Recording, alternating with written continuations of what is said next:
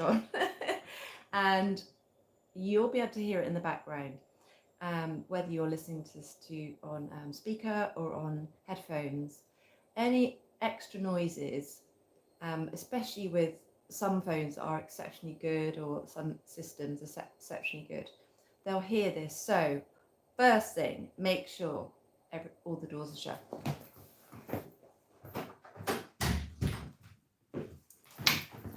And also, obviously, that the kids are out of the way, dog, whatever, because it's really quite frustrating if you really get into the flow and you start enjoying your work and you're reading out really, really relaxed, and suddenly the dog starts barking. So do everything you can to prevent any extra noises. Secondly, consider your systems you're using. So whenever I record anything for audio, I always use just my standard. I've spoken to so many people about these amazing microphones.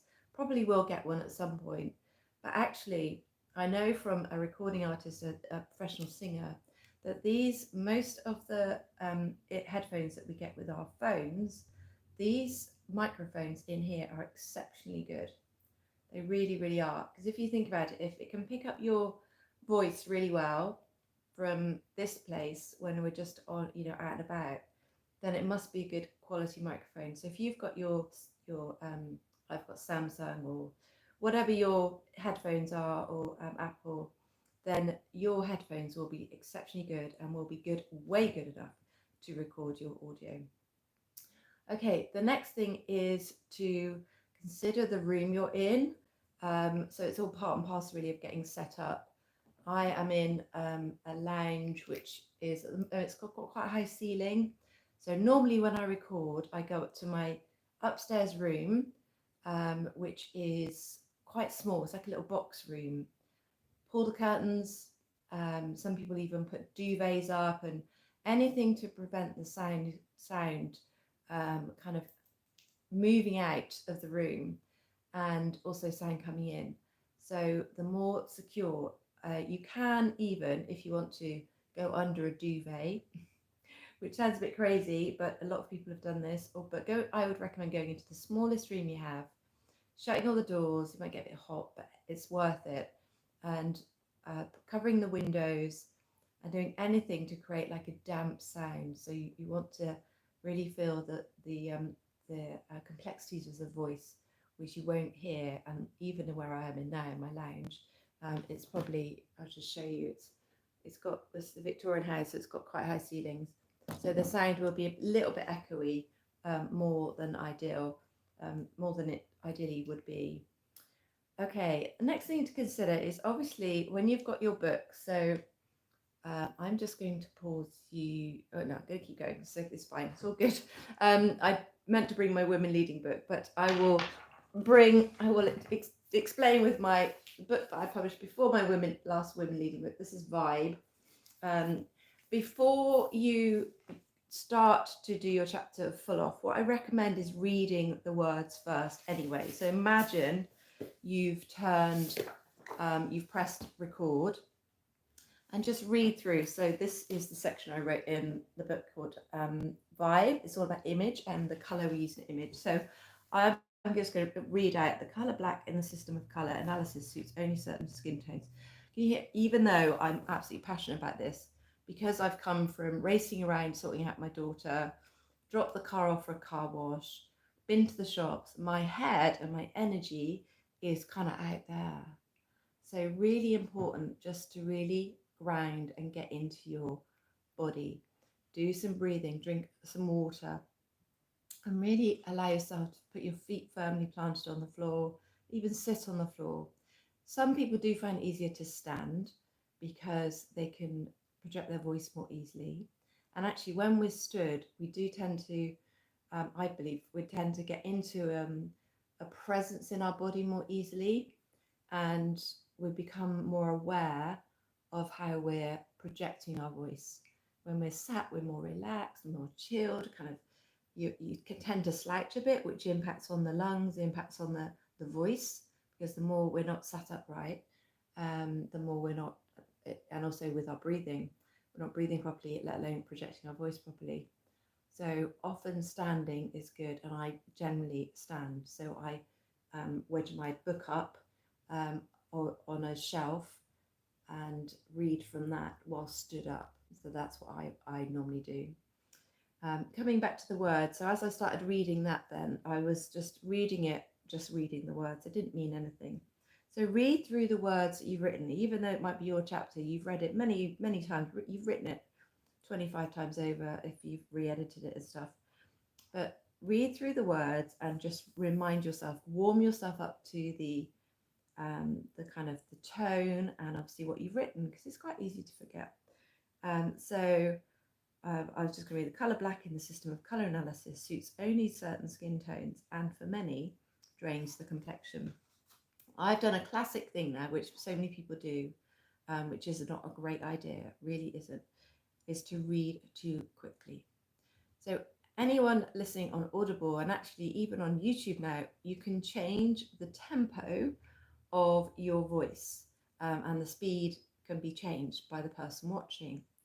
But what I really recommend is from the outset, you speak steadily and slowly and slightly slower than you would normally.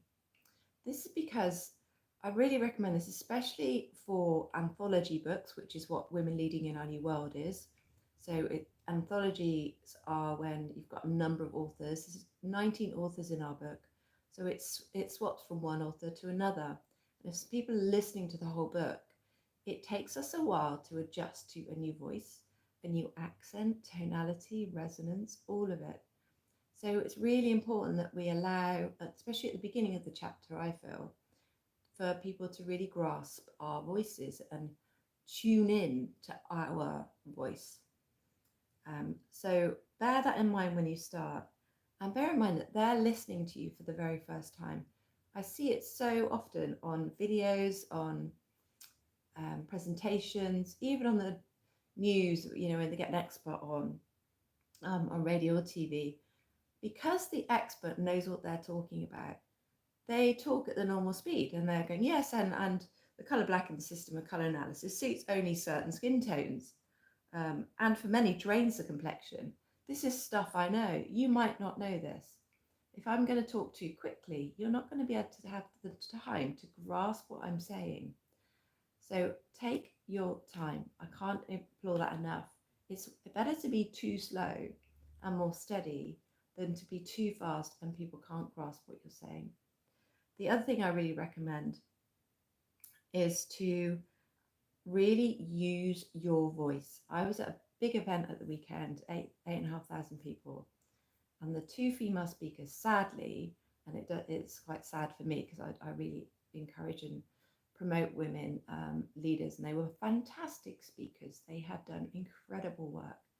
Both of them did that extra shouty thing on the stage. So yes, a lot of people, but their mic system, it was all top-notch audio system.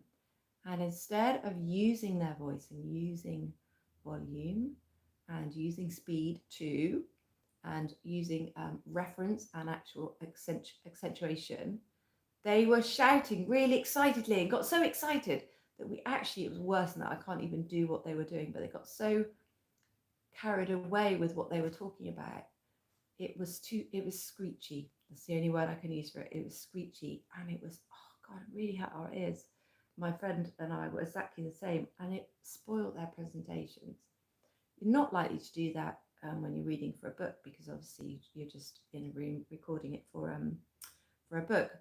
But it's really important just to use your voice fully. So allow it to be slow, allow it to go deeper, allow it to go higher. But the fact is, and I've done extensive training and working with professional speakers around the world, women's voices, when they go up into the high notes, and if they talk high all the time, we get really tired of hearing them. It hurts our ears. We don't enjoy hearing higher notes and higher tones too long. It sets us on edge. It's just the way we resonate, and it's all to do with the frequency of the notes, with music. If you're listening to the most beautiful classical music, when the violin is going, you only want to hear those top notes of violin for a short time. And you want them to bring it back down so we feel more relaxed, because those are the notes, the frequencies that resonate with our body more easily. And so it sits physically, resonates and vibrates in our bodies easier. We like it more. So if you're a woman that you're aware that you can have quite a high-pitched voice, really practice using all of your voice, and actually just allow yourself to relax. So I really recommend doing some breathing exercises to get relaxed if you're going to find this a bit nerve-wracking.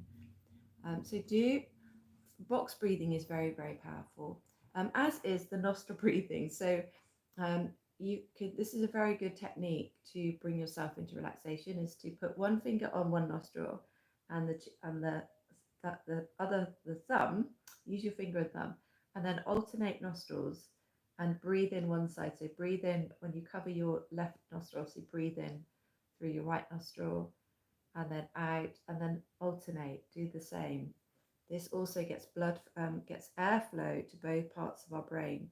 So very good Ayurvedic technique to create balance and harmony in the body. You can also do box breathing. That's when you breathe in for 4, 1, 3, 4. I didn't do the right one. 1, 2, 3, 4.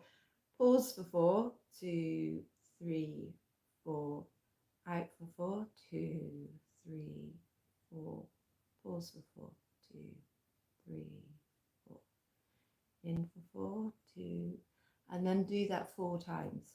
Whatever technique you find to relax, and just find yourself loose. Even do some shaking, shake your body out.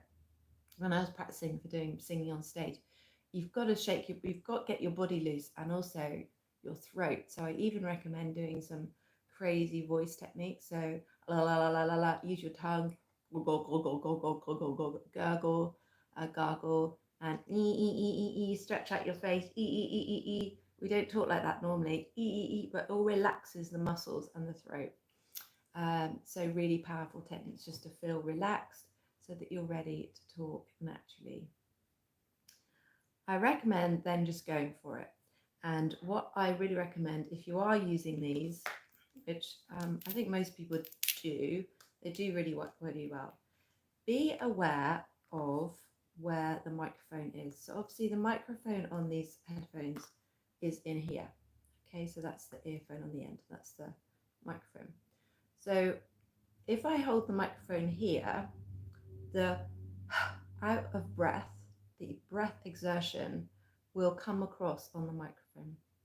So it's better to hold it in front of the mouth, slightly lower, but about sort of, what is that, about 4 inches in front, 3 to 4 inches in front. And so I hold the microphone there. So it gets a bit arm achy if you're doing a lot, but it's worth it because the sound then is really pure, it's really crystalline, and my voice, but you won't get that breath sound, which I sometimes end up recording because I'm holding it too close, especially if it's windy. I'm doing outside videos, which I mostly do. So be aware to have the microphone a few inches away.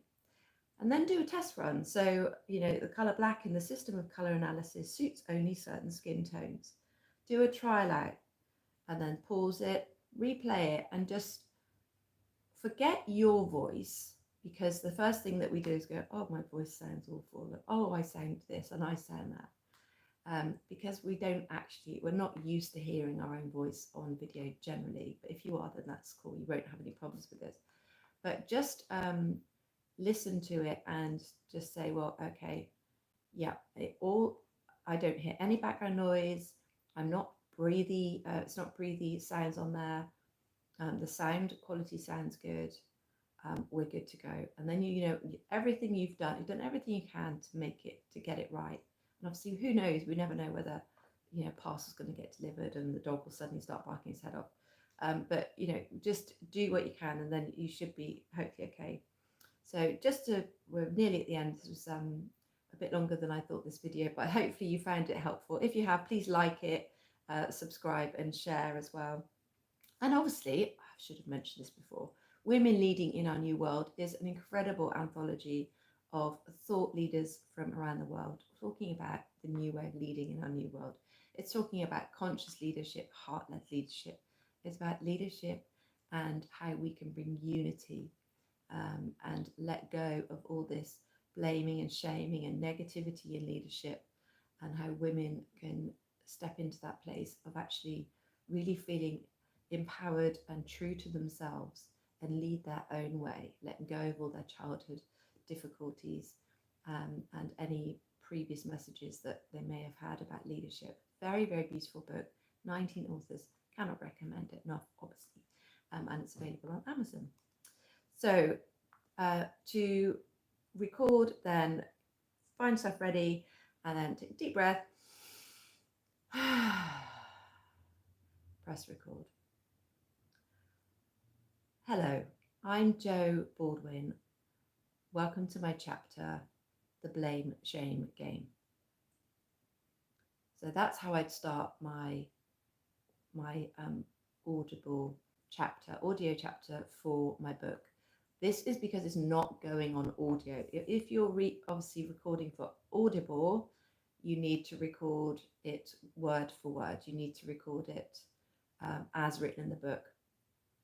But for the guys watching this, so this is a video I'm sending out to the authors and women leading in our new world. Can you introduce yourself? Say, hi, I'm Jo Baldwin. I'm the author of The Blame Shame Game is Over. And then move into your chapter. So that tiny intro, nothing else. You don't want to go into who you are, what you're doing, nothing. Just let people go into the words. And then at the end of it, so when you've finished your chapter, then record. Thank you for listening. My name's Jo. Please reach out to me at such and such to find out more. Or you could give a little bit of a bio. I am a soul mentor, and I work mostly with men. I work with, whatever. I live in Hove. Just give a mini bio at the end of it. And that is a really nice thing to offer at the end of a chapter, just like is in the book. So we have this in the book. And then that's it. And then just press stop. So I recommend listening to it straight away. But before you press play, allow it to be natural. This is not seeking perfection. If you are recording for an Audible book, and you are, then you do really need not absolute perfection. Even in the very top level Audible books, you can hear, I hear like all sorts of things. You can hear tiny little nuances where they've sort of slightly messed up on the word. But as long as it sounds natural and as long as it sounds okay, then give yourself permission to say, actually, that's really good. That's fine. That's done. Only if you've done some really major mess up do I recommend you recording it again. Because, this is especially with the book Women Leading, it's all about being authentic. And it's all just about being real. And it doesn't have to be BBC polished. Okay, so just be happy with what you've done. So actually, that is fine. That's great. That does the job. That I'm talking, people can hear my voice, and it's relaxed. It's a slow enough pace. It's clear. It is fine. And then you are good. You're done. That's it. Like I say, record it again if you are struggling. And then you can send it on to whoever you need to be put onto podcasts or whatever.